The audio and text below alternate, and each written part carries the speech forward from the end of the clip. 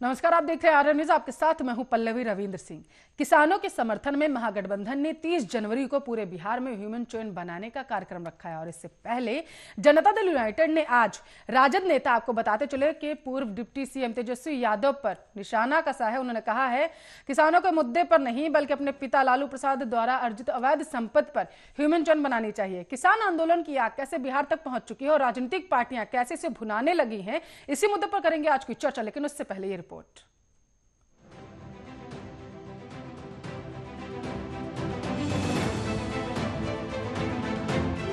किसान की समस्याओं और अनाज खरीदी से जुड़े 3 अन्य मुद्दों पर महागठबंधन की तरफ से 30 जनवरी को दोपहर 12:30 बजे से 1 बजे के बीच में मानव श्रृंखला बनाने का ऐलान किया गया है। इस आयोजन में महागठबंधन के सबसे बड़े चेहरे तेजस्वी यादव भी मौजूद रहेंगे।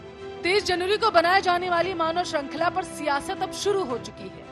जेडीयू नेता और एमएलसी नीरज कुमार ने तेजस्वी यादव को पॉलिटिकल टूरिस्ट बताते हुए कहा कि तेजस्वी मानव श्रृंखला के जरिए राजनीतिक शगुफा अपना रहे हैं। जेडीयू ने महागठबंधन की मानव श्रृंखला को गैर सामाजिक मुद्दों पर आधारित प्रपंच बताया है। जेडीयू एमएलसी नीरज कुमार ने कहा कि नीतीश कुमार के नेतृत्व में बिहार की जनता ने सामाजिक सरोकार के मुद्दे पर मानव श्रृंखला बना विश्व कीर्तिमान बनाया था। अब तेजस्वी यादव राजनीतिक मुद्दों पर मानव श्रृंखला बनाएंगे। हमें उम्मीद है कि लालू प्रसाद यादव द्वारा अर्जित अवैध संपत्ति पर भी मानव श्रृंखला बनाएंगे। जेडीयू ने आगे यह भी कहा है कि पॉलिटिकल टूरिस्ट तेजस्वी यादव के कुछ राजनीतिक सलाहकार तो कैद खाने में हैं। मानव श्रृंखला बनाने चले हैं तो उनका समर्थन प्राप्त किया कि नहीं, कार्यक्रम में निहित तो होगा ही कि जेल में बंद राजद के रत्न भी शागिर्दों के साथ राजनीतिक श्रृंखला में सहभागी बनेंगे। आगे जेडीयू एमएलसी नीरज कुमार ने ट्वीट के जरिए तेजस्वी यादव पर हमला करते हुए कहा कि पॉलिटिकल टूरिस्ट तेजस्वी यादव का नया राजनीतिक शगुफा और सामाजिक मुद्दों पर मानव श्रृंखला का प्रपंच। खैर ये बताइए कि बेउर से तिहाड़ तक न्यायिक प्रवास पर विराजमान राजद के रत्नों में प्रभार किसे सौंपा? जेल में मानव श्रृंखला बनाने का दारोमदार किसको दिया गया है?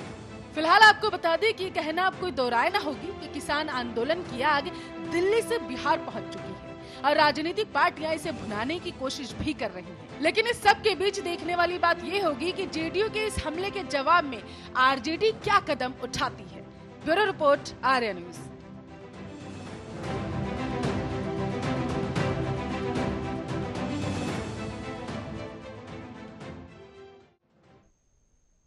तो आपको बता दें किसानों के समर्थन में अब आरजेडी उतर आई है। जेडीयू पर लगातार आरजेडी हमलावर रही। नीतीश कुमार जिस तरीके से किसान बिल पर चुप्पी साधे हुए हैं, एक भी आपको बताते चले बयान नीतीश कुमार की तरफ से सामने नहीं आया है, जिसको देखते हुए आरजेडी लगातार जेडीयू पर हमलावर रही है। आरजेडी ने सीधे तौर पर एक बार फिर से कहा है कि हम मानव श्रृंखला निकालेंगे। जिस तरीके से किसान बिल को लेकर के पूरे देश में विरोध प्रदर्शन हो रहे हैं, हम भी किसानों के पक्ष में अपना समर्थन दर्ज कराएंगे। लेकिन इस सब के बीच आपको बताते चले हिंदू संगठनों ने आज किसान नेताओं का पुतला फूका था शहीद पथ पर। हिंदू संगठनों की तरफ से कहा गया कि जिस तरीके से 72वें गणतंत्र दिवस के अवसर पर तस्वीरें सामने निकल के आए, बेहद निंदनीय थी।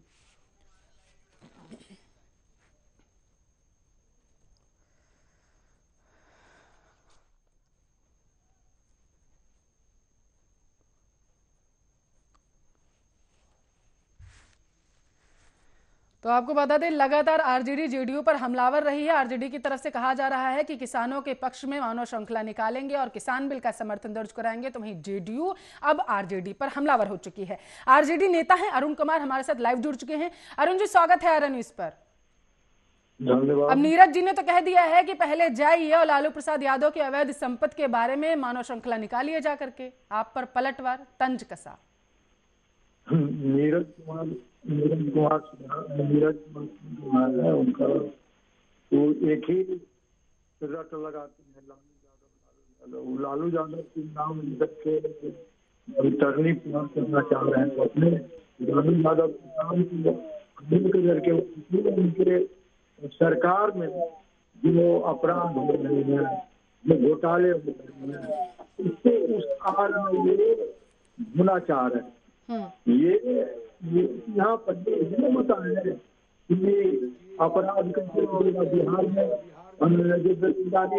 अरुण जी, तकनीकी खराबी है मुझे लग रहा है, जिसकी वजह से आपकी आवाज क्लियर नहीं आ पा रही है, दर्शक समझ नहीं पाएंगे कि आप क्या कहने की कोशिश कर रहे हैं। आपसे दोबारा संपर्क करने की हम कोशिश करेंगे, लेकिन यहां पर आपको बता दें कि पॉलिटिकल टूरिस्ट बताया गया है तेजस्वी यादव को। बिहार के पूर्व डिप्टी सीएम पर कटाक्ष किया गया है जेडीयू की तरफ से। जेडीयू नेता नीरज कुमार ने कहा कि पहले जाकर के अपने पिताश्री यानी कि लालू प्रसाद यादव, जो अभी जेल में बंद है और बार बार ये बताते हैं कि मेरी सेहत खराब है, जिसको देखते हुए मैं किसी और जेल में शिफ्ट नहीं हो सकता हूं और बाहर नहीं आ सकता हूं। आपको बता दूं, उसको देखते हुए पहले जाकर के जो जेल में बंद हैं आपके नेता, पहले जाइए और उनसे संपर्क करिए जाकर के, और ये बताइए कि क्या वो भी इस मानव श्रृंखला में हिस्सा लेंगे आकर के।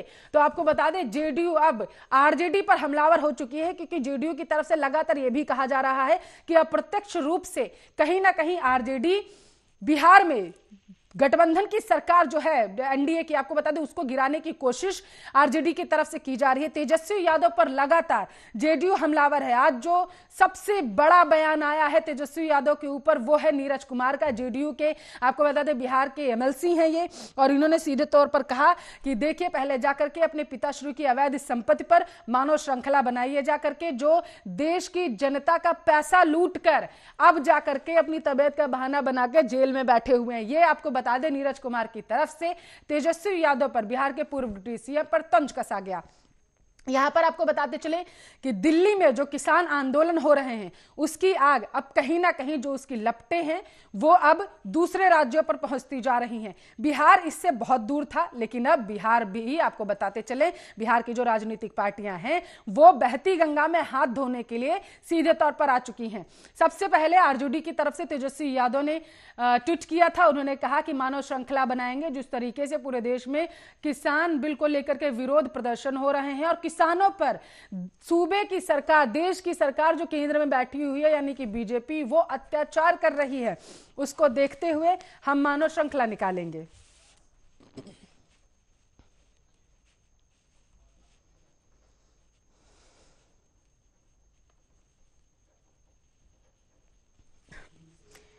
तो आपको बता दें, मनोज दास हैं, जेडीयू नेता हैं हमारे साथ, वो भी जुड़ चुके हैं। मनोज जी, स्वागत है आर्या न्यूज पर। बहुत बहुत धन्यवाद आपका। अब आप तो जा रहे थे, उन्होंने मानव श्रृंखला निकालने के लिए आरजेडी जा रही थी, अब आपकी तरफ से तंज कस दिया गया कि नहीं, देखिए पहले अपने पिताश्री की अवैध संपत्ति पर मानव श्रृंखला निकालिए जाके। क्या मायने इस बयान के?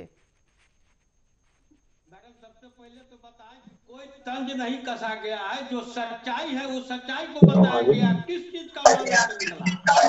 जो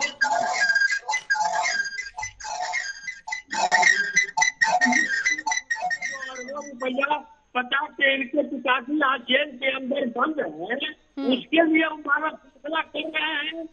अथवा जो सरकारी नौकरी दिए उसके एवज में हजारों लोगों को जो मकान इन्होंने लिखा लिया है, उस मकान के बारे में उन्होंने किया है।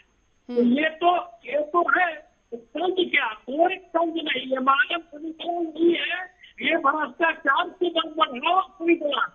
ये लूटमार कैसे करेंगे? तेजस्वी यादव ने कहा कि जिस तरीके से देश में किसान बिल को लेकर के विरोध हो रहा है, उसको लेकर के हम किसानों को अपना समर्थन देंगे और मानव श्रृंखला निकालेंगे।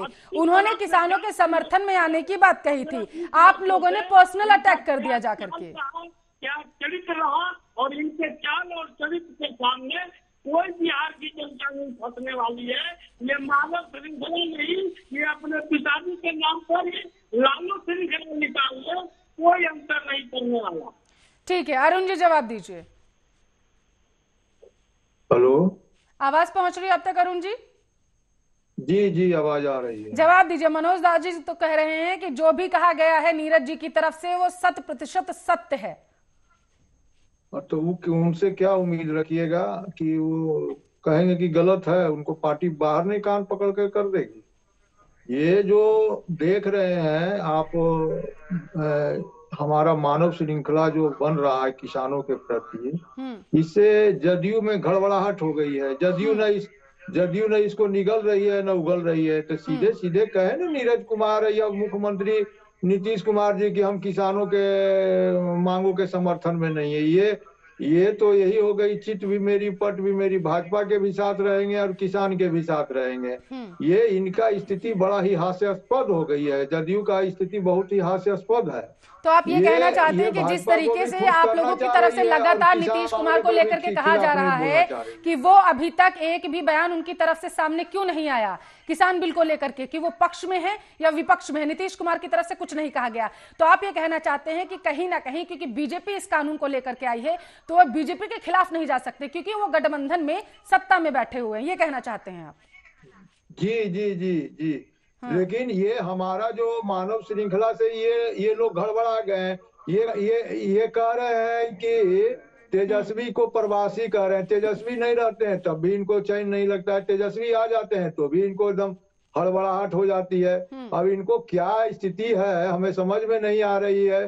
जदयू वाले लोग तेजस्वी से इतना क्यों डरते हैं, जबकि तेजस्वी जी अहिंसा के मार्ग पर चलने वाले लोग हैं। तेजस्वी जी मनोज दास जी, बौखलाहट में आकर के आप लोग ऐसी बयानबाजियां दे रहे हैं, आप लोग डर चुके हैं कि अब तेजस्वी यादव भी किसानों के समर्थन में उतर चुके, ये कहना है अरुण जी का। देखिए, बौखलाहट में तो ये लोग 2019 से ही हैं।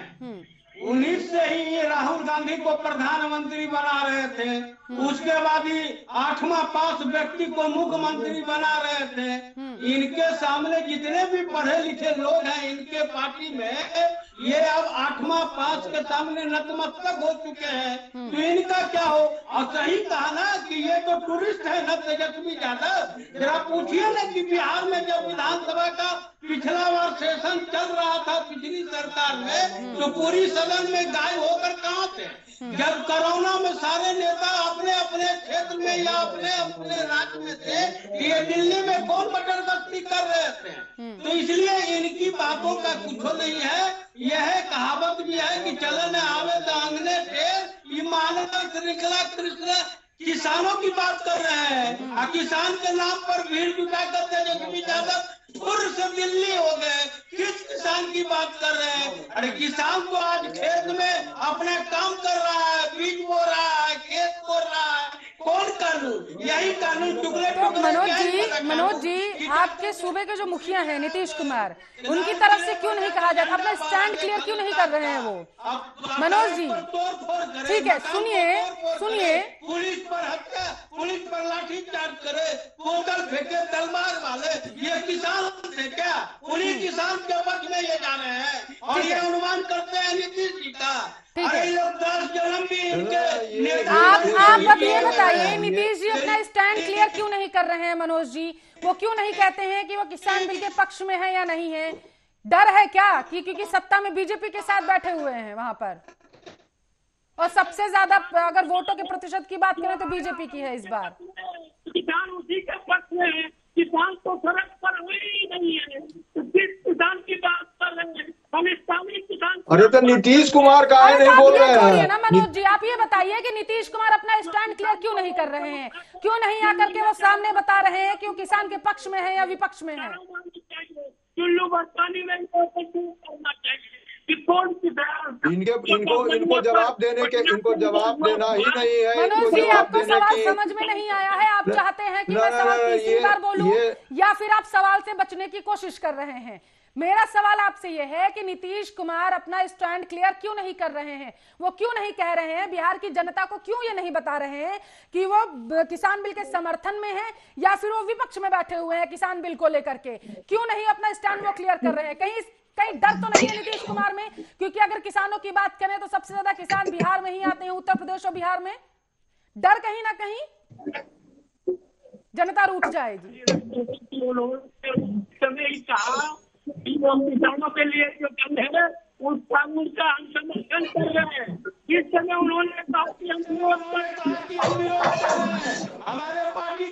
विपक्ष लगातार आप लोगों से ये सवाल पूछ रहा है कि सामने आकर के, जनता के सामने आकर के नीतीश कुमार ने एक बार भी अपना स्टैंड क्लियर नहीं किया है। कैसी बात कर रहे हैं आप?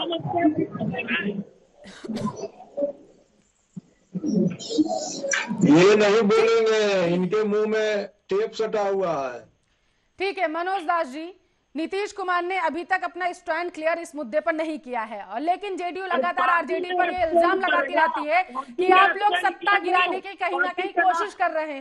तो कहीं ना कहीं आप लोग कहीं ये तो नहीं सोच रहे हैं कि किसानों के समर्थन में जाएंगे, जन समर्थन मिलेगा, सत्ता बनाने का मौका मिलेगा? क्योंकि अगर विपक्ष के तौर पर देखें तो पूर्ण बहुमत के विपक्ष के में तो सबसे ज्यादा वोट अगर बात करें तो आरजेडी के पास में, महागठबंधन के फिलहाल अगर बात करें तो।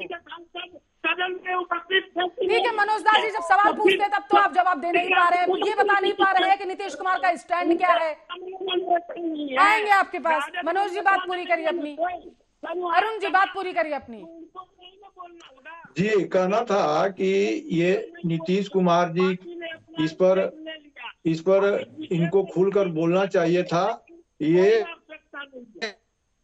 कि हम इधर भी हैं और उधर भी हैं, पहली बात। दूसरी बात कि इन्होंने अभी मनु जी ने जो बोला कि दिल्ली में जो झंडा का अपमान किया, ये बहुत ही गंदी राजनीति है कि झंडा का अपमान करने वाले लोग अभी तक गिरफ्तार नहीं हुए। वो सिद्धू जो जिसका फोटो प्रधानमंत्री के साथ वायरल हो रहा है, गृह मंत्री के साथ वायरल हो रहा है, सभी लोगों के साथ वायरल उस फोटो हो रहा है, तो उसको आखिर पुलिस गिरफ्तार क्यों नहीं कर रही? क्यों? क्या हुआ? भारतीय जनता पार्टी का कार्यकर्ता है इसलिए वो गिरफ्तार नहीं कर रही है? हमें तो लगता है कि किसानों के आंदोलन को बदनाम करने के लिए, जहां जहां किसान आंदोलन हो रहे हैं वहां बदनाम करने के लिए भारतीय जनता पार्टी अपने चिन्हित गुंडों को भेज करके वहां पर लाठी डंडे चलवा रही है और गलत सलत कार्य कर रही है। आज उसी का सिंधु बॉर्डर पर भी ऐसा कुछ देखने को मिला। हमें डर है कि भारतीय जनता पार्टी के गुंडे कल मानव श्रृंखला में कहीं नहीं उत्पात मचाए और इस श्रृंखला को बदनाम करने की कोशिश करें। लेकिन बिहार से तो ऐसी तस्वीरें सामने नहीं आ पाई है ना। बिहार में तो शांति नहीं आ पाई है। हो सकता है, नहीं हो सकता है, और उसकी तरफ बिहार को लेके जाना कहीं आरजेडी की मंशा तो नहीं है। इसमें भी आरजेडी की मंशा कहीं हेतु नहीं है कि जो दिल्ली में हुआ वो बिहार में भी हो। नहीं, ये मानसा नहीं है, ये हो सकता है। भारतीय जनता पार्टी का जो वहाँ दिल्ली में किया उनके बाद सिंधु बॉर्डर पर किए, तो हो सकता है कि बिहार में भी ये लोग कर सकते हैं। मानव श्रृंखला निकाल कर और उसके बाद एक संदेश देना वहाँ बिहार की जनता में कि वहाँ पर जो हुआ है वो गलत हुआ है, और उस तरीके से बिहार को भी कहीं उसी आग में झोंकने की कोशिश तो नहीं की जा रही है। ये भारतीय जनता पार्टी से पूछिए, जदयू के लोगों से पूछिए कि मानव श्रृंखला आप लोग निकालने जा रहे हैं। पूछूं मैं जेडीयू से, ये मानव श्रृंखला से इतने हड़बड़ा गए हैं कि तात्पर्य क्या है मानव श्रृंखला निकालने का, आप ये बताइए। मानव श्रृंखला से ये बहुत ज्यादा हड़बड़ा गए हैं। इसके कारण आप लोग मानव श्रृंखला निकालने जा रहे हैं, क्या औचित्य क्या है आपका मानव श्रृंखला निकालने का? किसानों का जो समर्थन हम लोग कर रहे हैं, मानव श्रृंखला बनवा कर दिए, दर्शाने का काम कर रहे हैं कि जो केंद्र सरकार का तीनों काला बिल है ये पूरी तरीका से एकदम इसे खारिज किए जाने लायक है। इससे किसानों को कोई फायदा नहीं होने वाला। अच्छा एक बात बताइए, किसान कह रहे हैं कि हम फायदा नहीं लेंगे, आप जबरदस्ती क्यों फायदा देने के लिए तैयार हैं? ये काहे नहीं कह रहे हैं कि इस किसान बिल से अडानी और अंबानी जैसे उद्योगपतियों को फायदा होने वाला है? ठीक है मनोज जी जवाब दीजिए। किसान नहीं चाहते हैं, आप लोग अपना कानून उन पर थोप रहे हैं। आपको कहीं मैडम? हाँ, आपको आवाज पहुंच रही है? हाँ, आपकी आवाज। जवाब दीजिए। अरुण जी का कहना है कि किसानों को बिल नहीं चाहिए, आप लोग जबरदस्ती उन पर थोप रहे हैं। अरे भाई बिल नहीं चाहिए तो इनको चाहिए ना। इनके बंगाल में एनडीए की सरकार है, छत्तीसगढ़ में एनडीए की है, पंजाब में है, महाराष्ट्र में है। तो जो डिमांड कर रहे हैं उस डिमांड को कहिए ना, पंजाब और महाराष्ट्र में ये नियम अभी लागू नहीं हुआ है, ये नियम निरस्त कर दिया है, पंजाब ने निरस्त किया। अपना ऑडियंस पास इन्हें मालूम नहीं है। जब आप सीबीआई को प्रवेश नहीं करने देने का नियम कानून बना सकते हैं तो किसानों के आपके लिए ये बहुत हितकारी है। जो बिल आया हुआ है गलत है, ये हसुआ हसुआ के शादी में खुरपी के गीत गा रहे हैं, इनको कोई मतलब नहीं है। बंगाल के चुनाव पर चल गए। यहाँ किसान की बात हो रही है, बिहार की बात हो रही है, बंगाल कल चले जो आप गए। लोग मानव श्रृंखला निकालने जा रहे हैं उसके जरिए देश की जनता को, बिहार की जनता को और किसानों को खास करके क्या संदेश देंगे? देखिए, हम लोग गांधी, लोहिया, जेपी के सिद्धांतों पर चलने वाले लोग हैं। जो भी शांति प्रिय बिल का विरोध हम लोग को करना था और किसानों का समर्थन करना था, इस बिल के माध्यम से, इस मानव श्रृंखला के माध्यम से हम लोग बतलाना चाह रहे हैं कि बिहार की जनता किसानों के साथ उस काले कृषि कानून के खिलाफ एकजुट होकर खड़ी है और हम लोग सड़क से लेकर के सदन तक इसकी लड़ाई, किसानों की हक की लड़ाई लड़ते रहेंगे। ठीक है, कौन से वो कानून है जिनके खिलाफ आप जा रहे हैं? देखिए, पहला कानून तो एमएसपी का है ही है। आप देख रहे हैं एमएसपी की गारंटी किसान मांग रहे हैं। नहीं, ये तो एमएसपी की क्लॉजेस हैं, उसके अंदर हैं वो 3 कानून जिनके खिलाफ आप लोग जा रहे हैं। वही किसान क्या चाह रहे हैं कि उसमें उसको डाल दिया जाए, ये तो उसके अंदर है। और दूसरा बताइए, वो 3 कानून आप लोग जाएंगे मानव श्रृंखला निकाल के किसानों को बताएंगे जाकर के कि ये जो 3 कानून हैं ये सही नहीं है और इसके अंदर ये चीजें हैं जिनमें आपका ही छुपा हुआ है। क्या है ये बताइए ना, ये बताइए कि 7 AC एक्ट जो है ये छोटे छोटे व्यापारियों पर लागू होता था कि आप 10 क्विंटल से ज्यादा रखिएगा तो आपको जेल की सजा होगा या आपको ज्यादा सेटमनी नहीं करना है। लेकिन आज वो नियम हटा करके उस नियम पूरा हटा दिया गया। अडानी और अंबानी का बड़ा बड़ा गोदाम बन करके तैयार है और उसमें अडानी और अंबानी का जो गोदाम तैयार है उसमें कितना भी ले जाकर करके रख दीजिए तो इससे क्या होने वाला है? देश में स्थिति क्या होगी? मान लिया कि धान जो एमएसपी पर किसान लिखित में मांग रहे हैं और संशोधन करने की बात वैसे केंद्र की तरफ से कह दी गई है, अगर लिखित में उन्हें मिल जाता है आश्वासन किसानों को, तो एमएसपी पर आप जो भंडारण की बात कर रहे हैं उसकी कहाँ भंडारण उसका कहाँ होगा ये बताइए? आप कह रहे हैं अडानी अंबानी के वहां होगा, कहाँ होगा उसका भंडारण? देखिए, बन गया है, अडानी और अंबानी का गोदाम बन करके तैयार है। ये तो स्थिति है बहुत ही। अरुण जी, ये मेरा सवाल आपसे है, अगर प्राइवेट कंपनियां खरीदती हैं तो वो किसी के भी क्षेत्र में जा सकता है जहां पर वो रखना चाहते हैं। अब चाहे आप कह रहे हैं वो अडानी का है या अंबानी का है, मेरा सवाल आपसे ये है कि एमएसपी निर्धारित करने के बाद केंद्र जब सीमित भंडारण सुनिए मेरी बात, गया है, कौन कहाँ होगा एमएसपी अगर निर्धारित हो जाती है उसके बाद? अडानी अंबानी, सुनिए अरुण जी, एमएसपी निर्धारित हो जाती है तो उसके बाद क्या वो भंडारण जो होगा अडानी और अंबानी के घरों में होगा जाकर के? अरे यार, घर में होता है भंडारण, घर में होता है क्या? सरकार के घर में हो रहा था भंडारण। ये मुझे आप समझाइए। के लिए बड़े बड़े गोदाम बनाए हैं,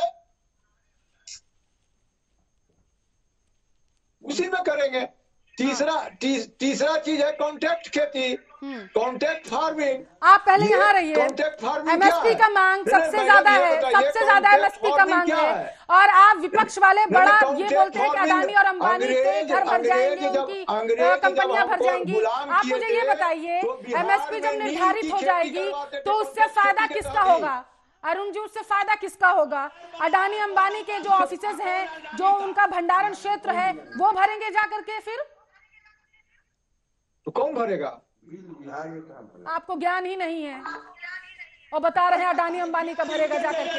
एमएसपी केंद्र निर्धारित करती है, उसके बाद से निर्धारित होने के बाद जाता है, केंद्र सरकार खरीदेगी, सरकार के अंडर आएगा, अंतर्राष्ट्रीय पटल पर उसकी मांग देखी जाएगी। क्या बताएंगे जाकर के मानव श्रृंखला में? मोदी को ज्ञान नहीं होगा तो मनोज दास जी जवाब दीजिए। ठीक है, मनोज दास जी जवाब दीजिए। सरकार अरे हर मुद्दे में अडानी अंबानी को ला देना स्थिति को समझना भी चाहिए ना अरुण कुमार जी।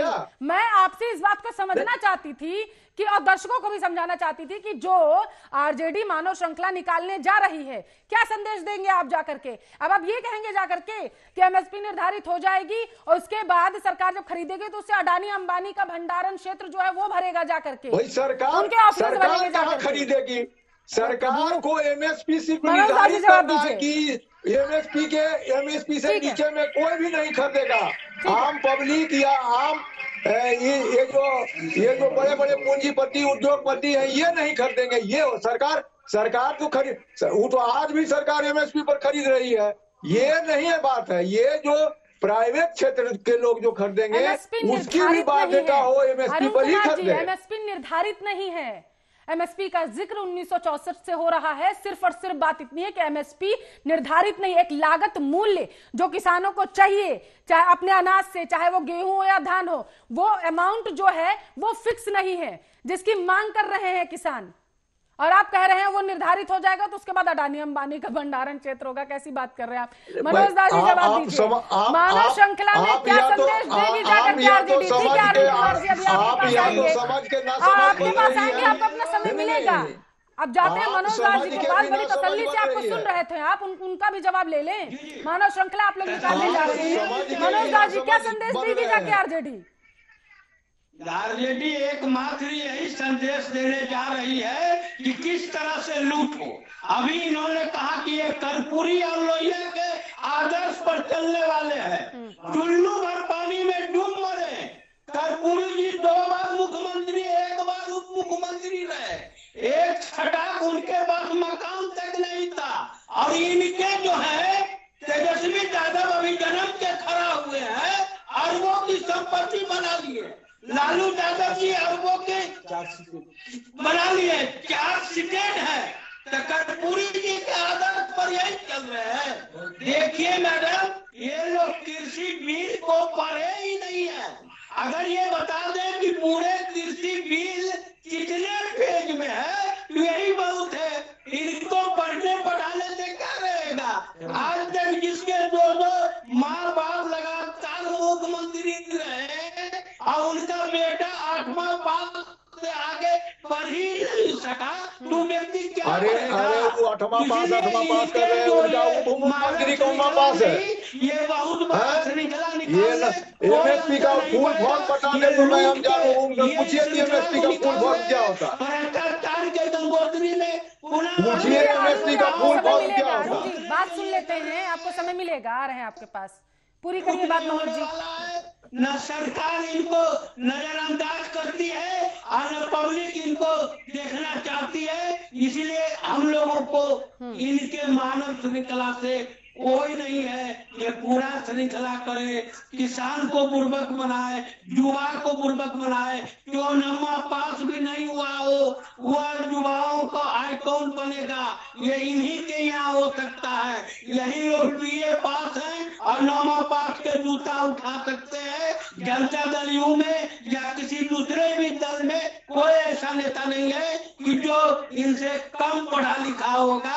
अब ये लोग अपना उनको संभाले, उनको रहे, मानव श्रृंखला किसान के नाम पर करें, खालिस्तानी को बुलावे, ये सब अपना करें। और इन्होंने खुद ही कहा है, यहाँ पर जेडीयू की जवाबदेही भी तो बनेगी ना मनोज जी, बड़ा सवाल। और अगर हम सबसे ज्यादा अगर बात करें तो जेडीयू की जवाबदेही इस पूरे मामले पर बनती है, क्योंकि लॉकडाउन जब हुआ था उसके दरमियान की अगर बात करें तो सबसे ज्यादा अप्रवासी मजदूर जो थे वो उत्तर प्रदेश और बिहार में ही पहुंचे हुए थे। अब वहां पर क्योंकि मजदूरों की संख्या सबसे ज्यादा हो गई है और इस वक्त उनका सिर्फ एक ही काम है और वह खेती करना, क्योंकि वहां पर सबसे ज्यादा मजदूर बिहार में पाए जाते हैं। अब आप मुझे ये बताइए, जिस तरीके से मानव श्रृंखला निकालने जा रही है आरजेडी, तो कहीं ना कहीं जेडीयू को क्या डर है कि उन अप्रवासी मजदूरों में कहीं एक संदेश न चला जाए कि आरजेडी उनके पक्ष में है? मैडम, सबसे पहले जो मजदूर बिहार में रह गए हैं वह सब लोग खेत में काम कर रहे हैं या कहीं पर काम कर रहे हैं, कोई भूखे नहीं मर रहे हैं। ये मजदूर लोग, इनके पास जाने का सवाल ही नहीं उठता है और इनके पक्ष में खड़ा होने के लिए वो मजदूरों की कोई जरूरत नहीं है।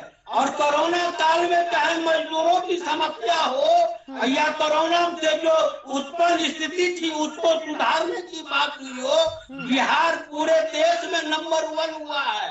उसको माननीय राष्ट्रपति महामहिम जी ने हमारे बिहार को सम्मानित किया है। इसीलिए इस चीज को हम लोग कभी भी नहीं मानते हैं और जदयू को कोई बेचैनी नहीं है।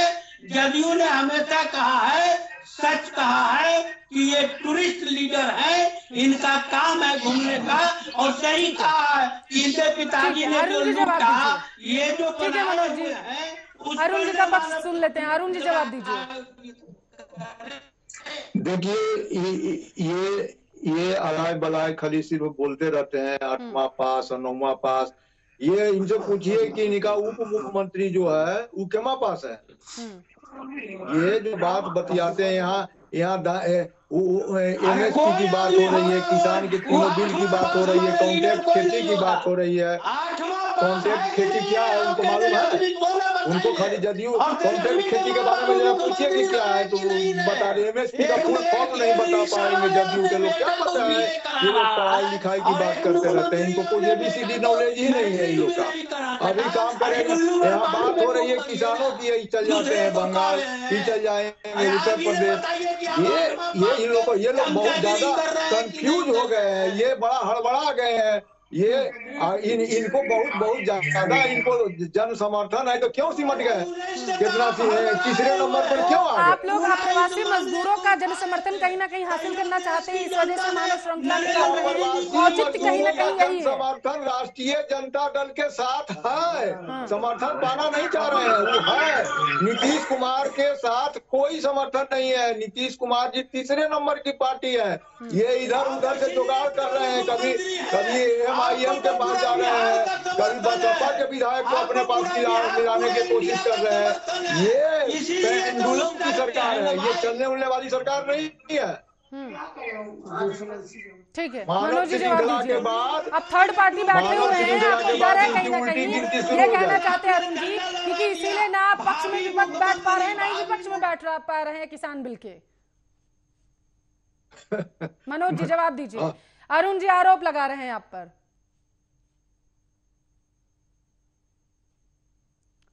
मनोज जी आवाज पहुंच रही है आप तक? के नाम पर राजनीति करते हैं और वही आगे है। कोई किसान उत्थान नहीं है, जो गुंजा है इन लोगों का, वही लोग किसान।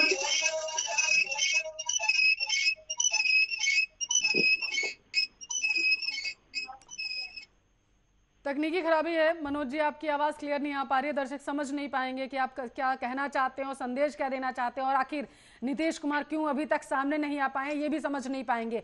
अरुण कुमार जी लगातार हमारे साथ बने हुए इस मुद्दे पर चर्चा करने के लिए। अरुण जी, जिस तरीके से अब RJD मानव श्रृंखला निकालकर किसानों को संदेश देगी जा करके कि किसान बिल में अहित छुपा हुआ है, खास करके किसानों का, लेकिन क्या ये भी बोलेगी जा करके कि जो हुआ दिल्ली में वो गलत हुआ और ऐसा नहीं होना चाहिए था? क्या RJD अपना स्टैंड क्लियर करेगी, क्योंकि JDU ने तो अभी तक नहीं किया है?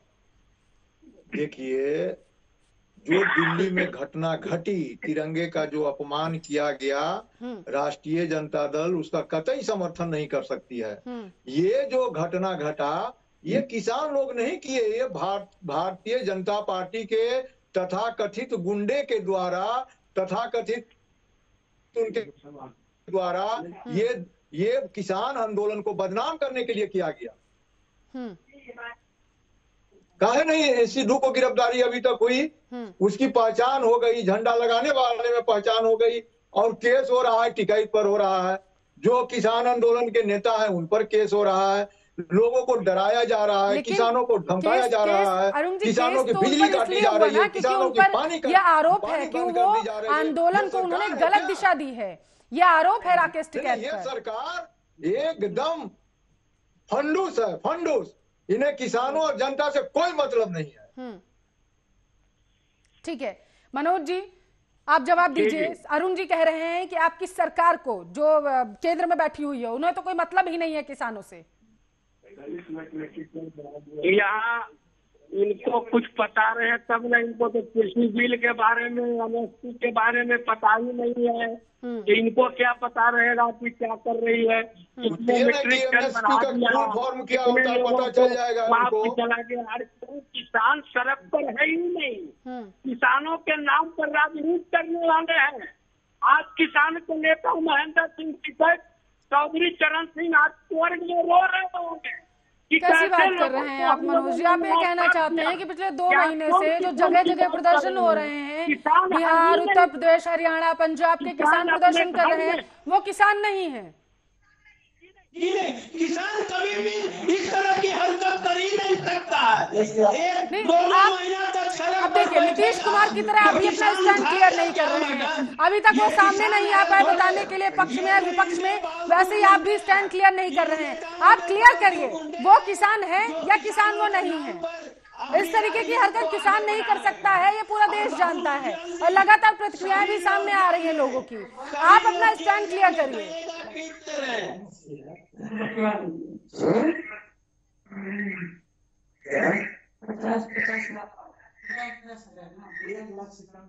आवाज पहुंच रही है मनोज जी आप तक?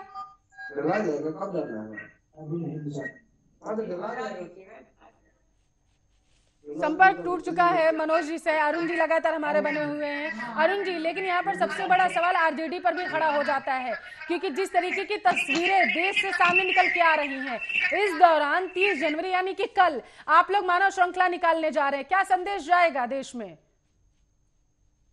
हम लोग शांति का संदेश देने वाले हैं। शांति का संदेश तो 72वें गणतंत्र दिवस के अवसर पर देने के लिए निकले थे, तस्वीरें शांति वाली नहीं आ पाई। नहीं, शांत ये भाजपा से न पूछिए, जो सरकार में बैठी हुई है उससे न पूछिए कि क्यों शांति नहीं हुई। क्या इंटेलिजेंट रिपोर्ट उनको नहीं था कि ऐसा होने वाला है? लेकिन जवाबदेही विपक्ष की बन जाएगी, क्योंकि आप लोग विपक्ष में बैठे हुए और सेकंड पार्टी है, लार्जेस्ट, मतलब सबसे ज्यादा आप लोगों को वोट मिले। अगर बीजेपी को छोड़ दिया जाए तो बिहार में जान रहे थे जवाबदेही बनेगी आप लोगों की। भारतीय जनता पार्टी के मुखर चेहरा विपक्ष का भी, भारतीय जनता पार्टी का हंगामा करने मुखर चेहरा वाले विपक्ष का भी सामने निकल के आना चाहिए ना। पार्टी के लोग थे, मुखर चेहरा विपक्ष का भी सामने निकल के आना चाहिए। नहीं था, टिकैत थे वहाँ। जो केस किया गया है ये किसान यूनियनों पर, उनके क्या दोषी, वो क्या उनका दोष है? जो वहां पर हुड़दंग कर रहे थे उन पर तो कोई आरोप नहीं लग रहा है, उनको नहीं अरेस्ट किया जा रहा है, क्योंकि वे भारतीय जनता पार्टी के समर्थक लोग थे। 200 लोगों पर एफआईआर दर्ज हो चुकी है। अरुण जी, सीसीटीवी फुटेज से पता लगाया जा रहा है कि कौन कौन थे जिन्होंने आंदोलन को उग्र बनाया। इसके साथ साथ सुनिए मेरी बात, आप जो कह रहे हैं कि उन पर क्यों एफआईआर हुई है, आप मुझे ये बताइए। सुनिए अरुण जी, मैं आपके इस बयान को समझना चाहती हूँ। आपने अभी कहा कि किसान नेताओं पर क्यों एफआईआर हो रही है, उन पर क्यों अत्याचार किया जा रहा है। एक नेता से ही सवाल पूछा जाएगा, क्योंकि लाखों की संख्या का नेतृत्व राकेश टिकैत कर रहे थे, वीएम सिंह कर रहे थे, ये लोग कर रहे हैं। इन्हीं लोगों से पूछा जाएगा ना कि आप लोगों ने लिखित में आश्वासन जब दिया है कि शांतिपूर्ण तरीके से चीजें होंगी, शांतिपूर्ण तरीके से मार्च निकलेगा, अगर वहां पर अशांति फैली तो आप लोगों ने जब लिखित में दिया तो C-33 का उल्लंघन आखिर कैसे कर दिया आपने जाकर के, तो उन्हीं से पूछा जाएगा ना, क्योंकि आरोप उन्हीं पर लगा। अगर आपने सुना हो तो वीएम सिंह ने यही कहा कि राकेश टिकैत ने आंदोलन को गलत रुख दिया, इस वजह से उनसे जवाब मांगा जा रहा है। ये उत्पात कर रहे थे वो किसान के लोग थे या वो किसान थे? ये उनका तो आप ये कहना चाहते हैं कि वहां पर जो बैठे थे वो किसान है ही नहीं। अब वहां गाजीपुर बॉर्डर से अपने ट्रैक्टर पर सवार होकर के जो आईटीओ की तरफ निकले, जो आईटीओ के बाद लाल किले पहुंच जाते हैं, लाखों की संख्या में, हजारों की संख्या में ट्रैक्टर्स वहां पर पहुंचे थे। तो आप ये कहना चाहते हैं कि इतनी भारी मात्रा में जो लोग वहां पर मौजूद थे उनमें से एक भी किसान नहीं था? नहीं, उपद्रव करने वाले किसान नहीं थे, जो उपद्रवी थे वो किसान नहीं थे, वो भारतीय जनता पार्टी के लोग थे। अब इनकी पहचान कैसे होगी, ये बड़ी विडंबना की स्थिति यहाँ पर पैदा हो जाती है। मनोज जी जवाब दीजिए। ठीक है मनोज जी जवाब दीजिए, पहचान कैसे होगी? अरे पहचान कैसे होगी? हजारों की संख्या में जब उनका नेतृत्व राकेश टिकैत कर रहे हैं, वो वहां से निकले हैं, अब इसकी पहचान कैसे होगी फिर? देश की चलाने की बात कर रहे हैं तो प्रधानमंत्री के साथ जो फोटो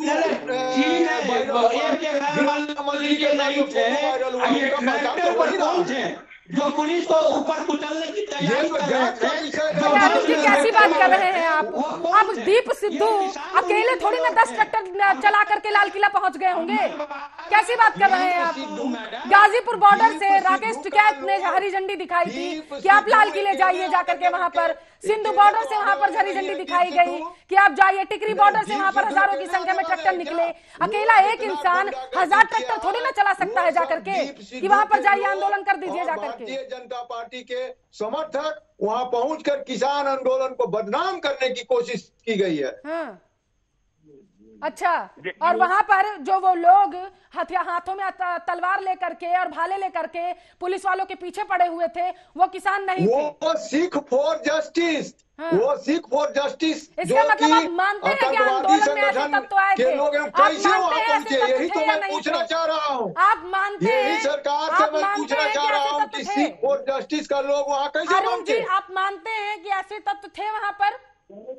आप मानते हैं कि किसानों के बीच में खालिस्तानी नेता मौजूद थे? एकदम थे। हाँ। सरकार को उस पर कार्रवाई करनी चाहिए। हाँ। ये बदनाम करने के लिए उसको भेजा गया था। हाँ। ठीक है, ये किसान आंदोलन को बदनाम करने के लिए सरकार के द्वारा प्रायोजित था। ये लगता है कि राकेश टिकैत का भाषण नहीं देखे जिसमें उन्होंने तलवार हथियार लेके चलने को कहा था, झंडा लेके चलने को कहा था, ये उसको नहीं देखे ना, क्योंकि इन लोगों का काम यही है कि जो है अब 5 आदमी इनको लग रहा है कि ये भाजपा के गुंडे थे और इतने सारे संख्या में ट्रैक्टर पर जो आए इनका दिमाग ठीक नहीं है। जब कहने का मतलब ये है कि कोई दल बड़ा नहीं होता है, कोई संगठन बड़ा नहीं होता है, बड़ा होता है। किसान कभी भी जवाब नहीं चला सकता है।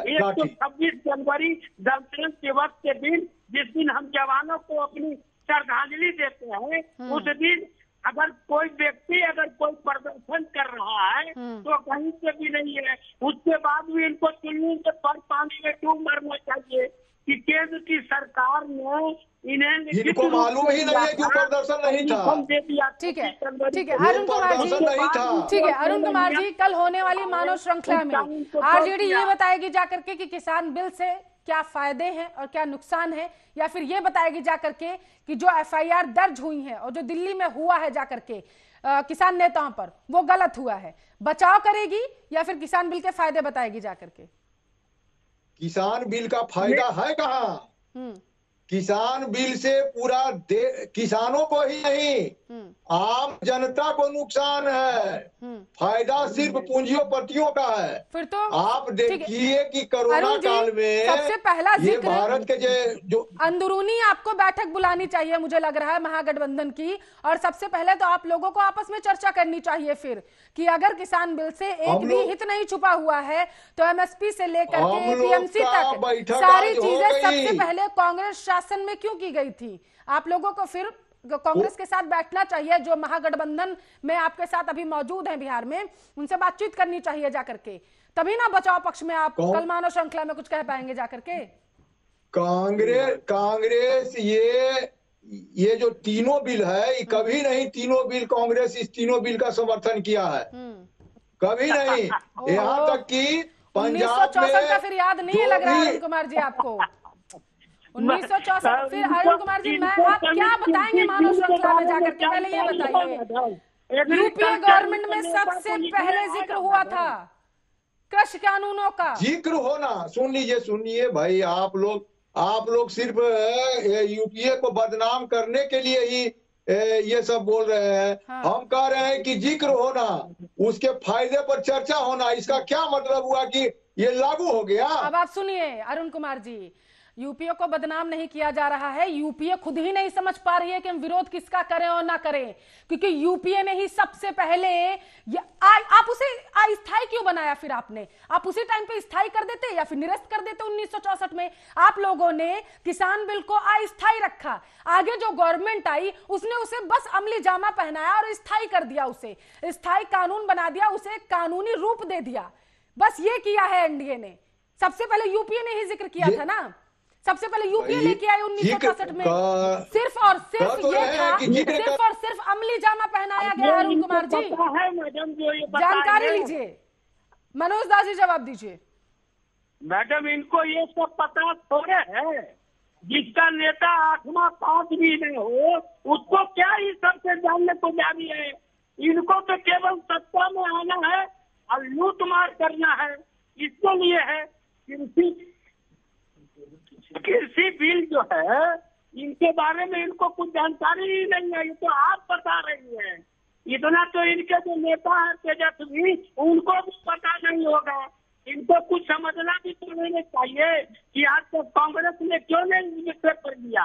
आज कहिए ना मैडम कि महाराष्ट्र में ज्यादा इधर उधर किसान के समर्थन में बोलिएगा तो आपको नीतीश कुमार को भी भारतीय जनता पार्टी अंदर करवा देगी सीबीआई लगवा कर। छत्तीसगढ़ में लागू करा लो, इतना में तो पहले करके दिखा देना। जनता 5 को संशोधन से इनको ठीक है, इसमें कोई दो राय नहीं है कि किसान बिल को लेकर के सभी राजनीतिक पार्टियां अपनी सियासी रोटियां सेकने की कोशिश कर रही हैं और अपनी राजनीतिक छवि को दुरुस्त करने की कोशिश कर रही हैं उस टाइम पे जब किसान बिल को लेकर के देश में घमासान मचा हुआ है। बहुत बहुत शुक्रिया जेडीयू के नेता मनोज दास, आरजेडी के नेता अरुण कुमार हमारे साथ लाइव जुड़े हुए थे इस मुद्दे पर चर्चा करने के लिए। और इसी के साथ इस बुलेटिन में भी बस इतना ही। देश दुनिया की तमाम खबरों के लिए आप देखते रहिए आर्य न्यूज।